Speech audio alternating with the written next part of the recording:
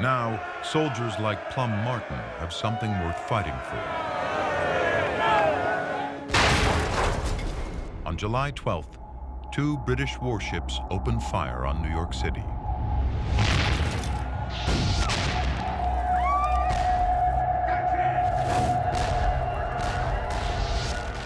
Must have been quite a shock, because New York up to that point was a pretty quiet city. It was a business city. So you had significant support for the rebels, but also significant support for the people who were still loyal to the king. A month later, Joseph Reed, secretary to George Washington, tracks the British fleet massing off New York.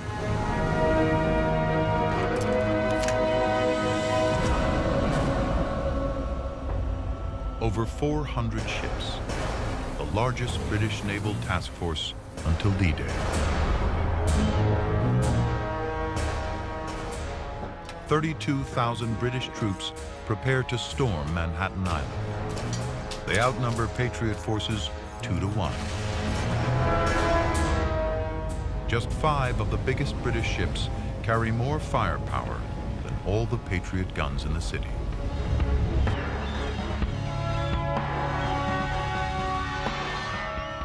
Reed is awed by the sight.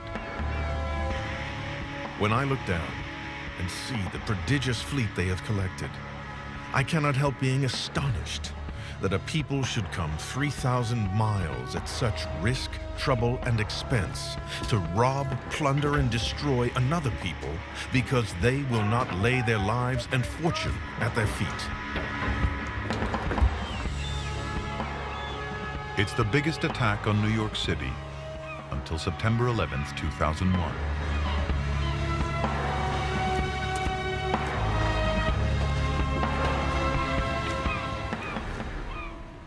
But the rebels will stand and fight. The difference for me was that the British Army was fighting for a king. The Americans were fighting for their lives. Plum Martin is one of 500 men standing guard at Kips Bay. Have a look.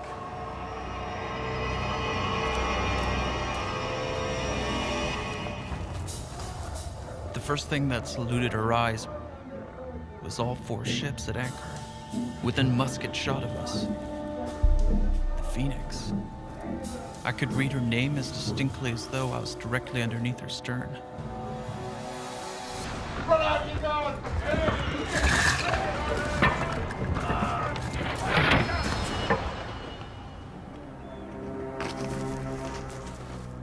The assault begins.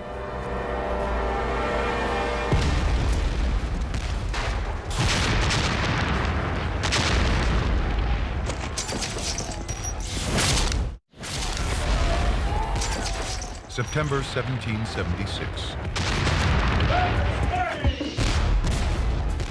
New York is under fire.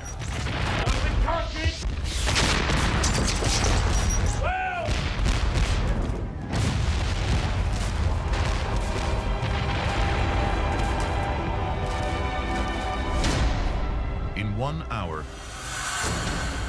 2,500 British cannonballs smashed the rebel defenses at Kips Bay.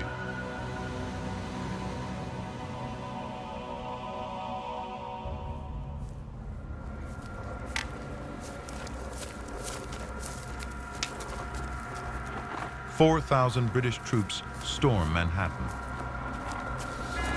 Tough and battle-hardened, a British redcoat has 6 times more combat experience than a Patriot Army recruit.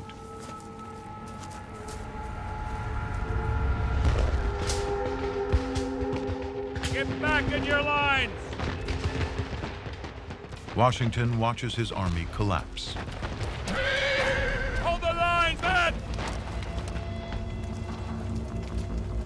They retreat along an ancient Native American path that will later be known as Broadway.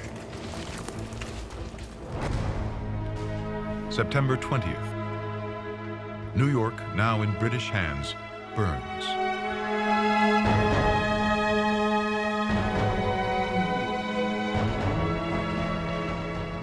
No one knows who starts the fire. But over 2 days, It destroys a quarter of the city.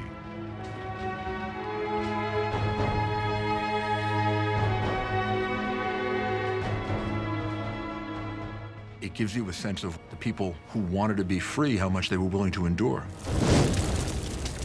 The city being burned, the city being occupied, gives you a sense of how much they wanted freedom.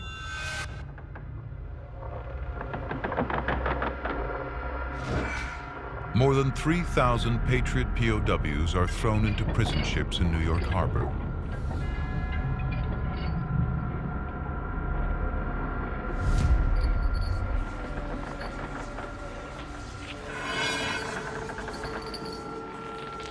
The most notorious is the HMS Jersey, nicknamed Hell.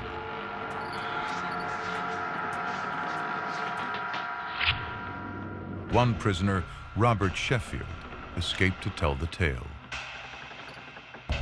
The air was so foul that at times a lamp could not be kept burning, by reason of which the bodies were not missed until they had been dead 10 days. 9 in 10 prisoners die. There is a memorial over in Brooklyn to those that died on British prison ships in New York Harbor.